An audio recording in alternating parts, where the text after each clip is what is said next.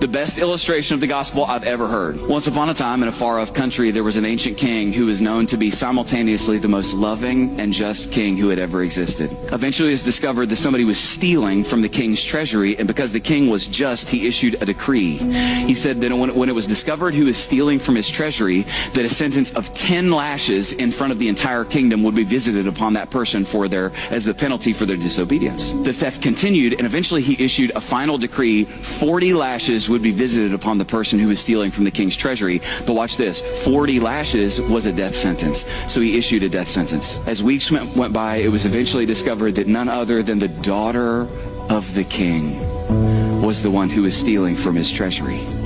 When that was discovered, a question began to ripple through the kingdom.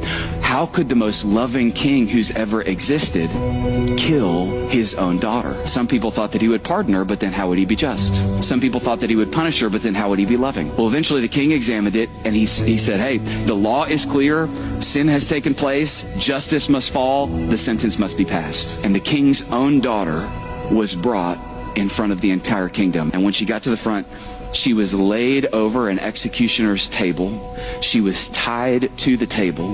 The executioner ripped open the back of her shirt and stepped back. But just as the executioner lifted his whip to issue the first lash, the king stood up from his throne and he yelled, "Stop!" Everyone was in dismay. Silently, the king walked forward, bent over his daughter, wrapped his body around his daughter on the stump, ripped the shirt off of his own back, looked back at the executioner and said, "Now hit her." The executioner objected. "King, I can't hit her without hitting you. Now hit her."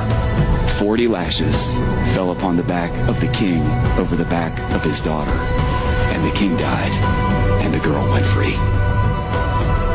That was done for you.